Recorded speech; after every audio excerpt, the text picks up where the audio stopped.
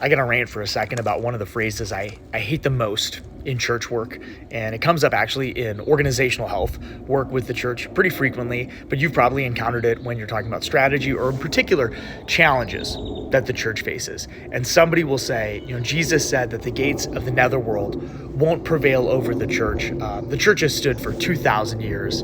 Nothing's going to destroy the church. Nothing's going to overcome the church. And I agree with all of that. I do. Jesus said that the gates of the netherworld will not prevail over the church. But this is also convicting. And I heard a guy named Dan Salucci from the Catholic Leadership Institute say this in a talk once. And Jesus said, the gates of the netherworld won't prevail over the church. He also said, wherever 2 or 3 are gathered in my name, I'm in the midst of them. So we know at a minimum, there will be 2 to 3 people left in the church at a minimum.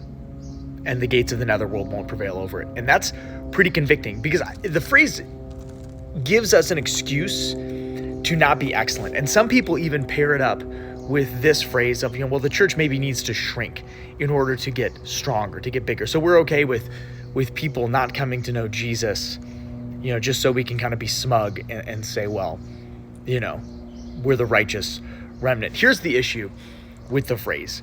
It gives us the excuses we need to not push forward and confront the real challenges the church is facing and the real opportunities that the church is facing. It's an excuse that people use to be lazy, right? And here's the problem with that line of thinking. If you go to the first book of Samuel, the Israelites don't have good leaders. They don't have a good high priest. And they're in battle with the Philistines. And they're like, we've got the solution. We have the Ark of the Covenant. We'll march that out. And surely God's not going to let his chosen people lose. Surely he's not going to let the Ark be defeated. And what happens? The Ark is captured. The Israelites are defeated. The high priest's sons are taken captive. They are killed. But the people were so smug about it. Nothing's going to overcome us. And ultimately, the Israelite people were not overcome in that moment. But did they lose that battle? Yeah. And I think there's something there for us when we talk about how do we exist, how do we live as a church, and how do we strive for excellence and for health and recognizing the challenges and the opportunities and not just brushing it under the rug to say, oh, well, Jesus said nothing's going to overcome the church. No, you're right. Nothing is going to overcome the church. That is true.